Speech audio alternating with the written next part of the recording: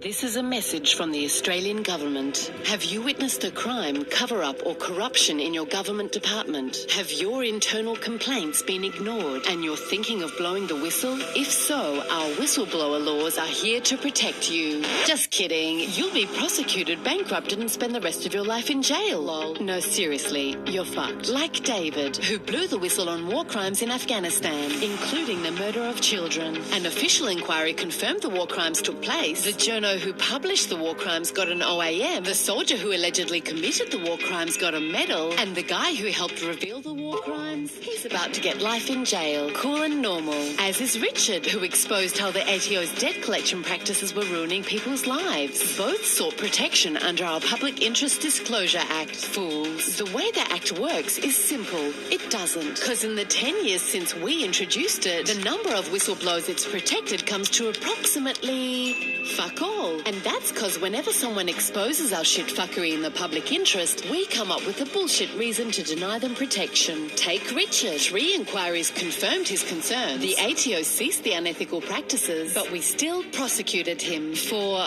recording evidence of the misconduct before exposing it. How else was he meant to blow the whistle? He wasn't, silly. And David, we prevented him from using key evidence and witnesses to defend himself under the Act because, national security, thereby forcing him to plead guilty. And that is why the first person to face jail in relation to war crimes in Afghanistan isn't a war criminal, but the guy who exposed the war crimes.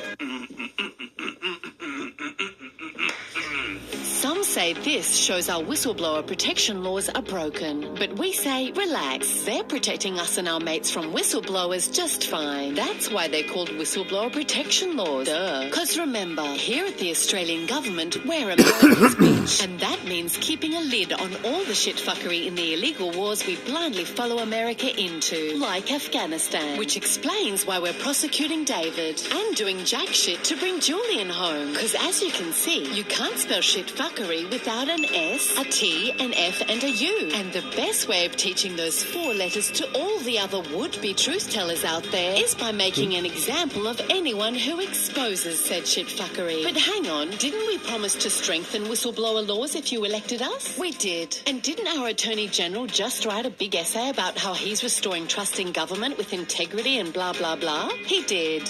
While you wait, here's his latest review of our secrecy laws. Just don't read the fine print where it says he'll still prosecute whistleblowing if it undermines Australians' trust in government. Let's unpack that together. What he's saying is, if you knew what goes on here, you wouldn't trust us. So to make you trust us, we'll make sure you don't know what goes on here. Australian government. Ignorance is strength. Of course, if we were serious about earning your trust, we'd establish a whistleblower protection authority, like the one we promised in 2019. We'd fix our broken FOI access, hold public hearings under our new anti-corruption commission, stop withholding documents from Parliament at an even higher rate than this guy, we'd bring Julian home, and of course we'd drop the prosecutions of whistleblowers like Richard and David. But why do all that when we can just write an essay about restoring trust in this government and pretend we're not just as big a piece of shit on secrecy as the previous one?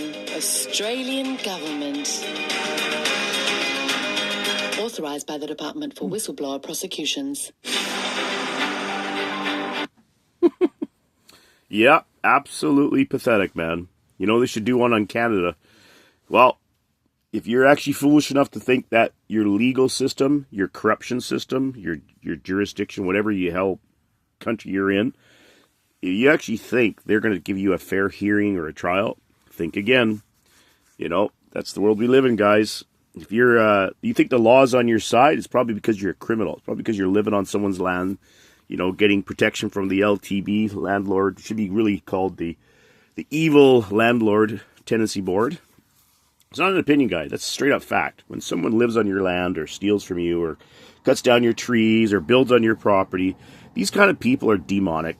You know, it's obvious as hell. When you see stuff like this happening and you don't do anything about it, you know, it makes makes anybody with an honest heart, decent person, makes them obviously, you know, makes you wonder, right? You know, I mean, then again, it's all predicted in the Bible, you know, last days and all that stuff, right? But anyways, guys, hope you enjoyed that.